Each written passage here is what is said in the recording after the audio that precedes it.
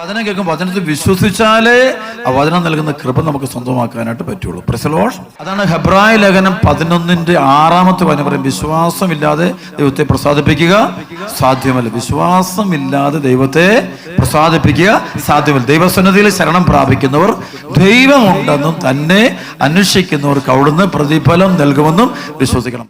വിശ്വസിച്ചാലേ കിട്ടുള്ളൂ. വിശ്വസിക്കുമ്പോഴാണ് കൃപ കിട്ടുക.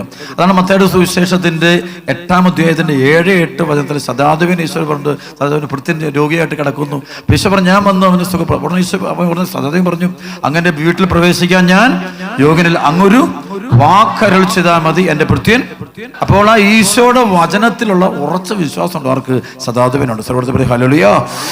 അങ്ങനെ ഈശോയുടെ വചനം ആരാണ്? വചനം ഈശോ തന്നെ. അവർക്ക് ഹല്ലേലൂയ. യോഹന്നാൻ സുവിശേഷം 1-ാം അധ്യായം 1 മുതൽ 14 വരെ വചനം. ആദിയിൽ വചനം ഉണ്ടായിരുന്നു, വചനം ദൈവത്തോട് കൂടെയായിരുന്നു, വചനം ദൈവമായിരുന്നു. ആദിയിൽ അവൻ ദൈവത്തോട് കൂടെയായിരുന്നു, സമസ്തം അവൻ വഴി ഉണ്ടായി, അവനെ കൂടാതെ ഒന്നും ഉണ്ടായിട്ടില്ല. അവർക്ക് പറഞ്ഞു ഹല്ലേലൂയ.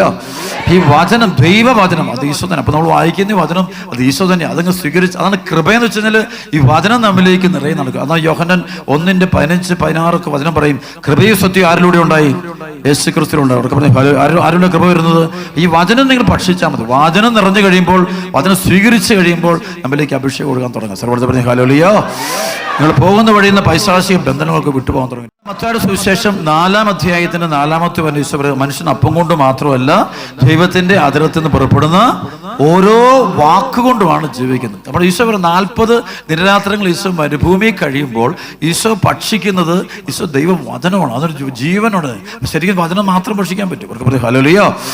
അപ്പോഴാണ് പിശാച് വന്നത്, അതല്ല വേണ്ടത്, ഈ ലോകത്തിന്റെ വഴി. അതിന്റെ ആവശ്യമില്ല. ശരിക്കും ദൈവവചനം ഭക്ഷിച്ചുകൊണ്ടിരിക്കുമ്പോൾ നമുക്ക് ഒരു പുതിയൊരു വിടുതൽ നമുക്ക് സംഭവിക്കുന്നു. അത് അത്രയും ജീവൻ, അതിന് തന്നെ ഒരു ജീവൻ നൽകും. ശരീരത്തിന് പോലും ജീവൻ നൽകുന്നതാണ് ദൈവത്തിന്റെ വചനം. അവർക്ക് പറഞ്ഞു ഹല്ലേലൂയ. ആത്മാവിന് മാത്രമല്ല ശരീരത്തിന് പോലും സൗഖ്യവും വിടുതൽ നൽകി ദൈവത്തിന്. അപ്പോൾ അതറിയണം, വചനം ഈശോ തന്നെയാണ്. അത് വെറും പുസ്തകം പോലെയോ മറ്റ് ഗ്രന്ഥങ്ങൾ പോലും ഒരിക്കലും ബൈബിൾ വായിക്കരുത്. അത് ഈശോയാണ്.